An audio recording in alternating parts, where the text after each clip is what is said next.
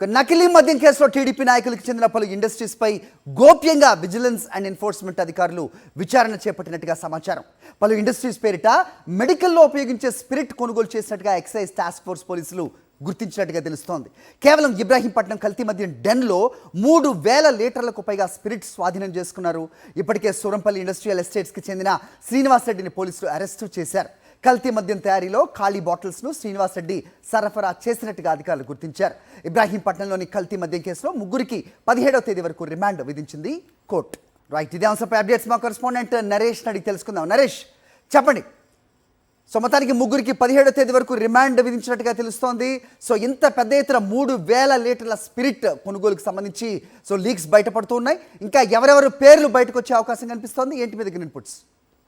సరే, ఇప్పటి వరకు ఈ నకిలీ మద్యం కేసులో పూర్తిగా కూడా టీడీపీ నాయకుల అండదండలతో నేరుగా టీడీపీ నాయకులే మరికొంతమంది కింది స్థాయి నాయకులు నేరుగా ఇన్వాల్వ్ అయ్యి గుర్తించారు. అయితే అందులో భాగంగానే అయితే ఇప్పటికే ఈ కేసులో ఇబ్రహీంపట్నం దగ్గర 3,000కు పైగా ఏదైతే ఈ ఖాళీ బాటిల్స్ కలిగి ఉన్న స్పిరిట్ని కావచ్చు, అదేవిధంగా సాధారణ స్పిరిట్ ట్యాంకర్స్ ఏవైతే ఉంటాయో టిన్స్ని నేరుగా కొనుగోలు చేసినట్లు గుర్తించారు ఎక్సైజ్ టాస్క్ ఫోర్స్ పోలీసులు.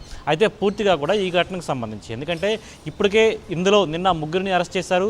అందులో ఇద్దరు వేరే రాష్ట్రం నుంచి వచ్చి ఇక్కడ పనిచేస్తున్నట్లుగా, మరొకరు టీడీపీ నాయకుడైన శ్రీనివాస్ రెడ్డిని కూడా అరెస్ట్ చేసి రిమాండ్ తరలించడం జరిగింది. వీరికి 17వ తేదీ వరకు రిమాండ్ విధించారు.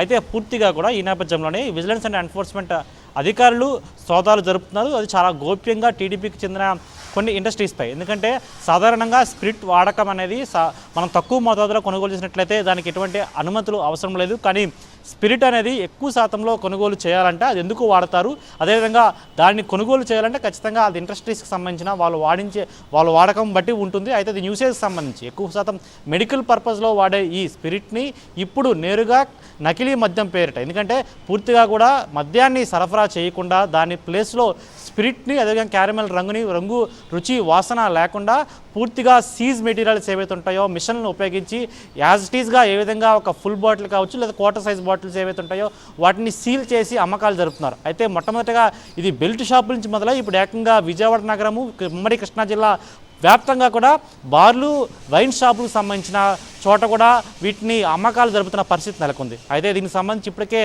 టీడీపీ నాయకుడు జనార్దన్ రావుకు సంబంధించి పూర్తిగా అతనికి ఇన్వాల్వ్మెంట్ ఉన్న వైన్ షాపులు, బార్ షాపులపై కూడా సోదాలు జరుగుతున్నట్లుగా సమాచారం అందుతుంది.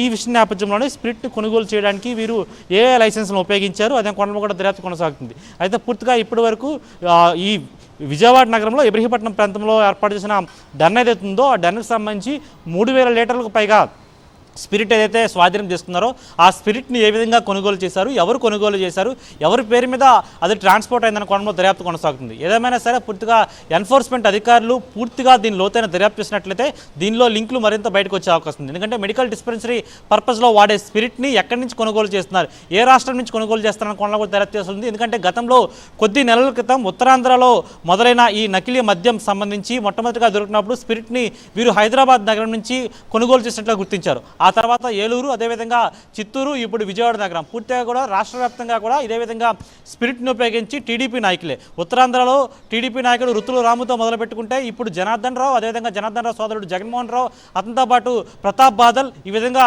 టీడీపీ నాయకుల పేర్లే అన్నీ కూడా ఈ నకిలీ మద్యం కేసులో వినిపిస్తున్న పరిస్థితి నెలకొంది. ఈ తరుణంలో ఇంకా మిగిలిన టీడీపీ నాయకులు చాలామంది పరారీలో ఉన్నారని, వారి కోసం కూడా గాలింపు చర్యలు చేపడతామన్నారు.